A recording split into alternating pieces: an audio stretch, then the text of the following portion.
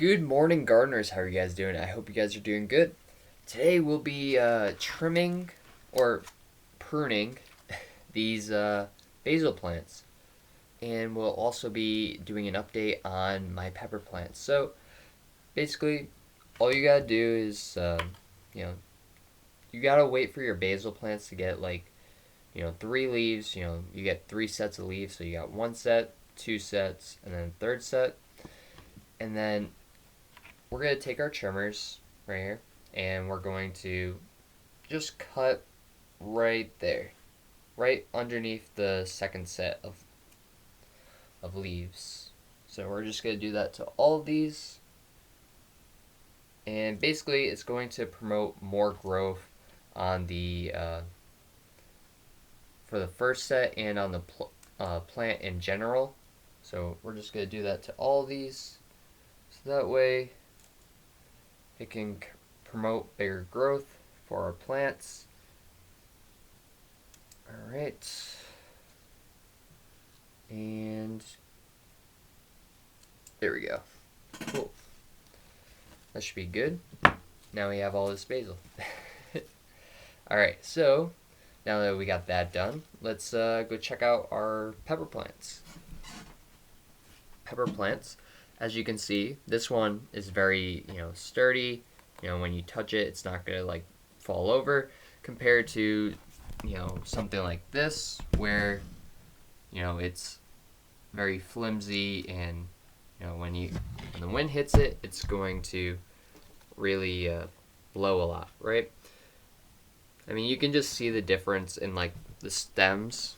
So if you really can take a look at the stems, you'll see the difference in all three of these pepper plants. One's more beefier than the others, which is fine.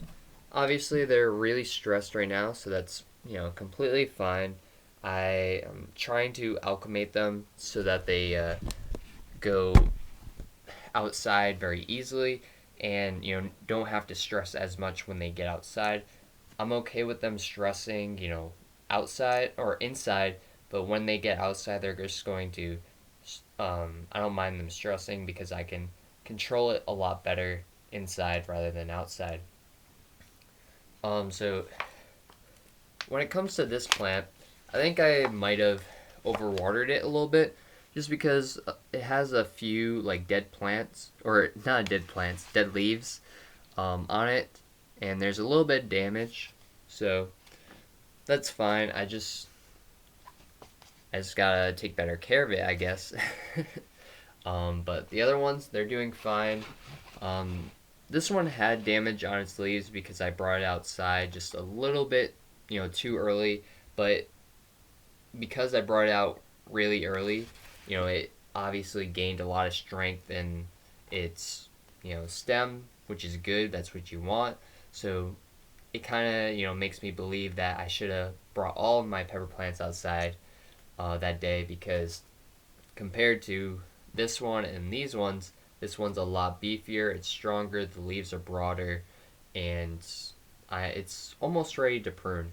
I mean, they say you want like 3 to 6 leaves. Obviously, this one has a lot more, and the leaves have been, falling off as as I go, but it's all right, because there was damaged leaves, and I've just been taking off the damaged leaves. Obviously, this one has damaged leaves, but it has very few leaves. This one has a lot bigger leaves and broader, and yeah, there's a lot more leaves there. Alright, so these are 3 of the pepper plants. I'll show you the other 2 in just a second. So, and these are the bell pepper plants. So, they're not the jalapeno ones that I planted a while back.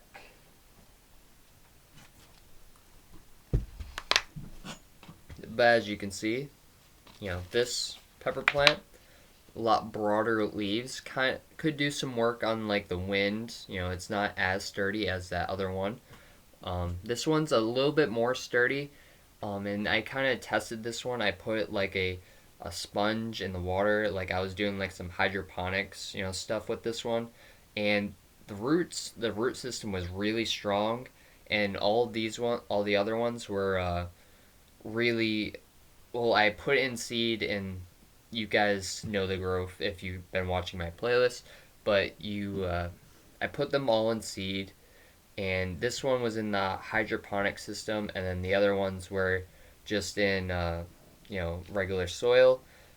They all popped up, but this one had a lot better root system, but it's also the weakest one. So I don't know if that's because of the sponge or if it's because the sponge is still in there. You can't really take the sponge out after it's rooted, so you got to take it out after the plant is over and done with, like you're done with the plant. But yeah. Um so I don't know. It was definitely like a really good experiment to see which ones will do better.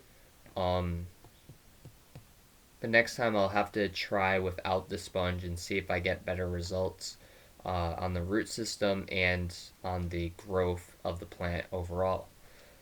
Um, and yeah, and this one is in a bigger container, so they definitely should be doing a lot better than this one because it's in a smaller container. It has less root space, but then again, it did have a lot more roots, and this one could kind of like just grow into the pot rather than. Um, I guess there's really no difference, but obviously there's a huge difference when it comes to growth on the leaves and stuff like that than the root system.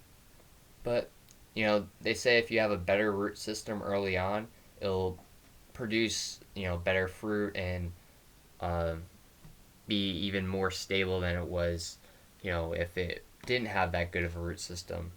So we'll see. We'll see for the results in the future. But for right now, this is what we got. And yeah, I'm debating on showing you guys my jalapeno plants because, alright, yeah, I'm going to show you guys. So today we're just going to do all peppers. So, odd and they're nice and green, and that's really good. The stem is really, it's there, it's thick. But the thing is, with this, the only reason it's so thick is because I brought it outside like a few months back. Obviously, you guys can see from the growth that it didn't do so well when I put it outside. So it was doing well for like a week or so when I put it outside, and I kind of just forgot to take it in. I didn't realize there was a frost coming in, and luckily I was able to save this one. But yeah, the leaves shriveled up and died. So I saved it by bringing it back inside. The other like 6 kind of died, but I do have 2 more in my